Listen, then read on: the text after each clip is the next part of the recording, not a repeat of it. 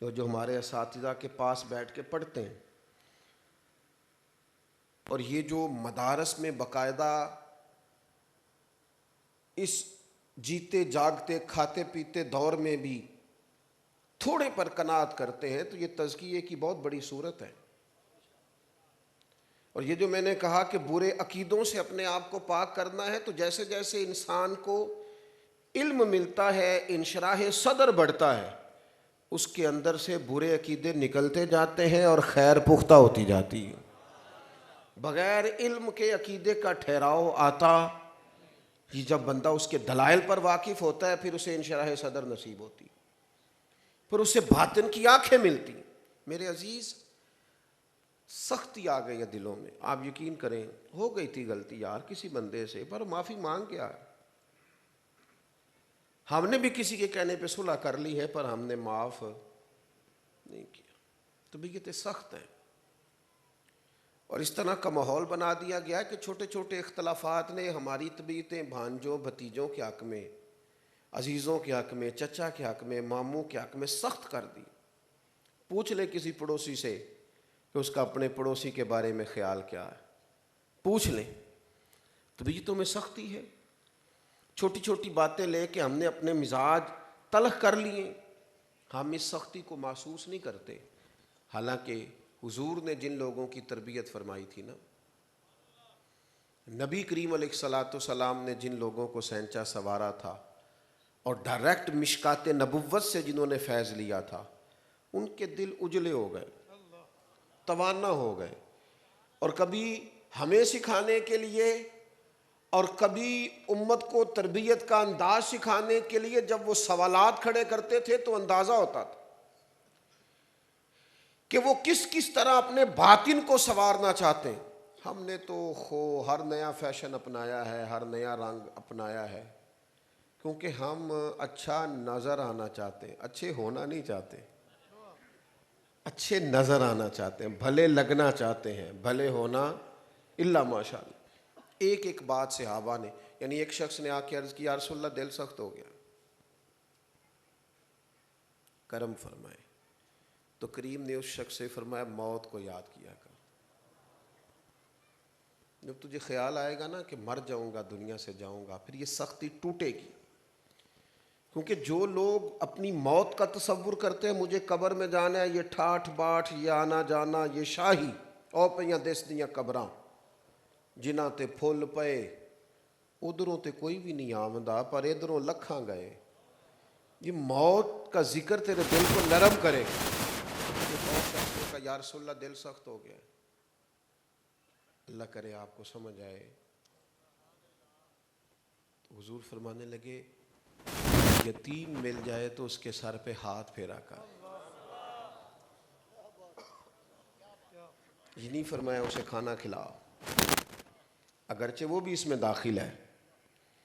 یہ نہیں فرمایا کہ اسے گھر لے کے دے، اس کی پرورش کر۔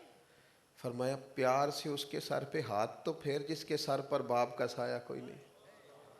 آنا تو یتیموں کے ساتھ بیٹھ، ان کے ساتھ وقت گزار۔ ہمارے ہاں بھی لوگ جاتے ہیں یتیم خانوں میں، تصویریں بنواتے ہیں، ویڈیو بنواتے ہیں، فوٹو کھینچتے ہیں، بانٹتے ہیں لنگر یتیموں کے لیے، کہتے ہیں لائن بنا لو، اور تھوڑی دیر کے بعد حاجی صاحب ناراض ہو کے اندر چلے جاتے ہیں، کہتے ہیں تمہاری لائن ٹھیک نہیں، میں نہیں بانٹتا۔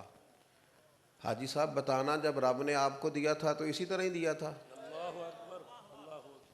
یہی رنگ تھا آپ کا لینے کا، اور آج آپ کہتے ہیں یتیموں کی، بیواؤں کی، مجبوروں کی میں لائن سیدھی نہیں، میں نہیں بانٹتا، چلے جاؤ پھر کبھی آنا۔ وارث شاہ مان کری نہ وارثاں دا۔ طبیعت سخت ہو گئی، کریم فرمانے لگے یتیم کے سر پہ ہاتھ پھیر تاکہ تیرے دل کا قفل ٹوٹے، بند دروازہ کھلے، تیرے دل میں نرمی پیدا ہو۔ ایک شخص نے کہا دل سخت ہے، فرمایا قرآن پڑھا کر،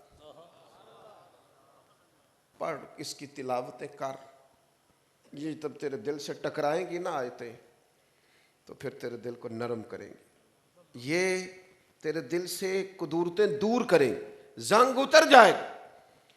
ایک نے عرض کی یا رسول اللہ دل سخت ہے، فرمایا اللہ کا ذکر کر، دل نرم ہو جائے۔ ہمارے صوفیاء فرماتے ہیں یہ جو حضور نے مختلف لوگوں کو مختلف طریقے بتائے نا، یہی ایک شیخ کے لیے نصیحت ہے کہ ہر بندہ ایک طریقے سے ٹھیک نہیں ہوتا، کسی کا علاج کچھ ہے تو کسی کا علاج کچھ ہے، کسی کے لیے دوائی اور ہے اور کسی کے لیے دوائی، مرض ایک ہے علاج۔ ایک دوست نے مجھ سے پوچھا کہ ایک ہی طریقے سے نہیں سارے لوگوں کی تربیت ہو سکتی، کوئی نقش بندی، کوئی چشتی، کوئی قادری، کوئی کچھ۔ میں انہوں آکھیا میں کہا تو ہی مینوں ایک دن کہہ رہا سا کہ مینوں ڈاکٹری دوائی نہ فرق نہیں پیندا، میں کو حکیم ہی لبنا، تو میں کہ ہن اسی جڑے ڈاکٹری کھانے ہیں سانوں اجازت ہے کہ نہیں؟ اور کئی ان دونوں کو پسند نہیں کرتے، کہتے میں جناب ہومیوپیتھک کھانی ہے، تو ایک ہی مرض ہے نا۔ تو یہ سارے طریقے جو ہیں ان سے علاج ہوتا ہے نا، تو کسی کو اختلاف تو کوئی حرج نہیں ہے۔ اگر ہمارے بزرگ بھی مختلف طریقوں سے علاج کرتے ہیں، علاج ایک ہی بیماری کا کرتے ہیں، دل کی سختی کا۔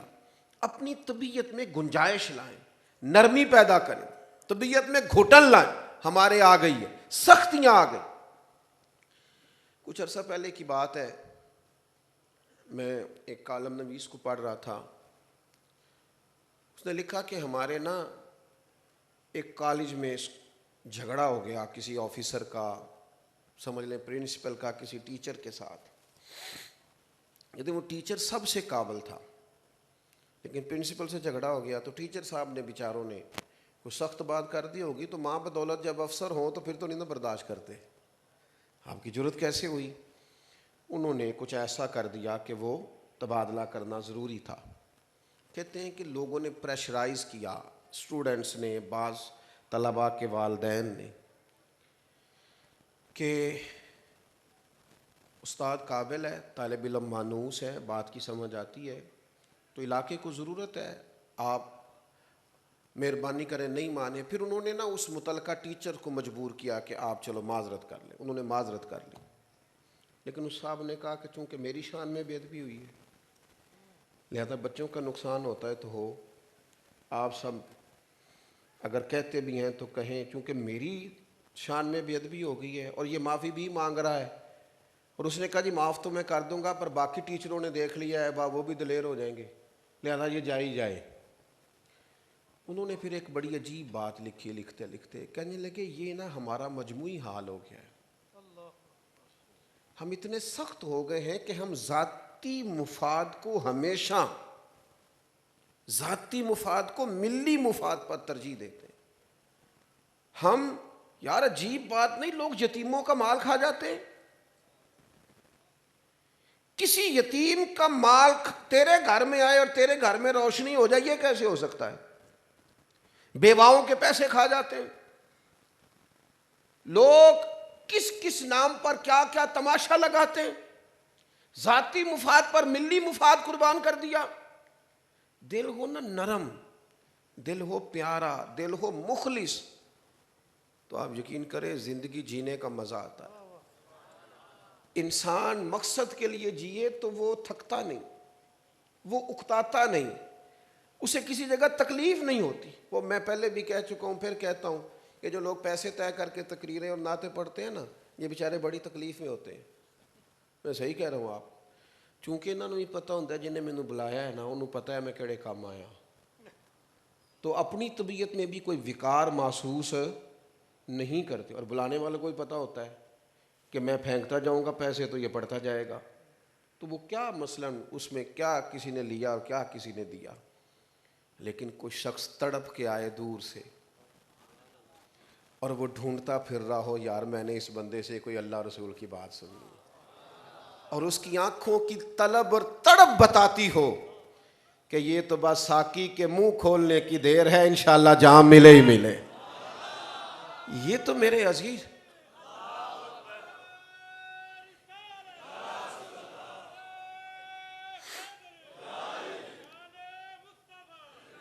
تو دلوں کو سخت کر لیتے ہیں لوگ اپنی۔